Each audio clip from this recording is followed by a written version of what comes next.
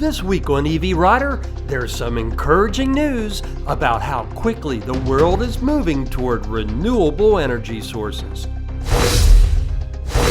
An independent global energy think tank has released its latest global energy report. According to Ember's report, clean power accounted for 40.9% of the world's power supply in 2024. The expansion of renewables was led by solar, which had a growth rate of 29%. Hydro is the largest clean energy source on the world stage at 14%. Nuclear had 9%, followed by wind at 8% and solar at 7%. But solar has the most momentum, with Ember estimating it doubled in just 3 years. It's also the fastest growing source of electricity. Renewables are now growing at a much faster rate than fossil fuels. According to Ember, renewables met 3/4 of the global electricity demand growth last year, with 40% of that coming from solar. Ember says solar power is now doubling on a global basis every 3 years. The think tank says solar passed 2,000 terawatt hours of global power generation in 2024, reaching that level faster than any other power generation technology in history.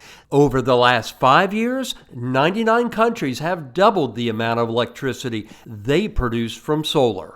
Ember attributes some of the fastest growth to quickly falling battery storage prices. Ember says the average price of a kilowatt-hour lithium-ion battery pack had dropped to $115 at last check, which is 84% less than it cost a decade ago. To put that into perspective, this portable power station has a 1 kilowatt-hour battery pack. With rapidly falling battery prices and technology improvements, the days of solar being limited to daylight hours for utility-scale electricity production are coming to an end. China is among the countries leading the charge. It more than tripled its solar installation rate of clean energy sources in just 2 years.